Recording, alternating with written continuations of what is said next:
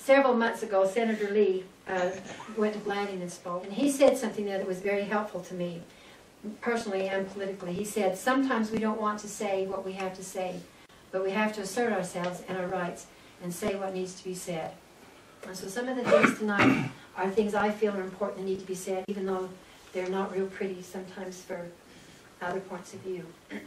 But I don't want to offend anyone, but I do want to stand up for my right to say what I believe needs to be said. Your expenditures that I think have been an inappropriate use of county money. If you turn the graph over, there's this letter. I published this letter in April in the San Juan Record and in the Blue Mountain Panorama in Blanding. In May of 2007, the county commissioners pledged, to Janet Ross. She's the founder and the executive director of the Four Corners School of Outdoor Education. She's also one of the founders of Southern Utah Wilderness Alliance. But they pledged to her and her school $500,000 of county money to build the Canyon Country Discovery Center. If you go into Monticello, just the north end of Monticello, just before you drop down by Young's Machine, you'll see this great big rock sign for the Canyon Country Discovery Center. That is a private entity. That's a private school.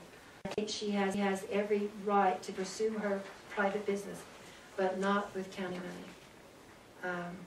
I have been able to document that the county has in fact paid her over $425,000, or at least that much. I can document that much. And they did pledge to her $500,000. $400,000 of the $500,000 that they committed to was going to come from transient room tax. And then $100,000 that they were going to take out of the general fund. Transient room tax is part of the general fund. It's collected, transient room tax is what the motels collect, and but it is for, it's not necessarily just to promote tourism and these kind of things. It is for the emergency services, it is for law enforcement, it is for garbage, the landfill, things that tourists bring in, the problems that come, the negative side of tourism, is to handle that. Grand County uses a lot of their transient room tax to help offset some of the expenses for the general fund to take care of all these tourists that come in. But San Juan County doesn't. They have left it all to the Economic Development and the Tourism Council as their money to do, and that's where they pledged they would take a lot of that from there, which made some of the motels mad because the transient room tax has gone from 1% to over 4%, and those guys are on the firing line collecting that. And one of the motel owners in Monticello told me, I've had people walk out of my motel when I tell them how much they have to pay. They'll say, what's the room rate? And I tell them, and then when I add the tax to it, they'll try to walk out. They've also added a restaurant tax.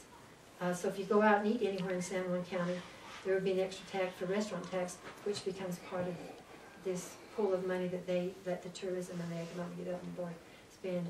So, like I say, these are areas where I disagree on a political, on a philosophical level, not on a personal level.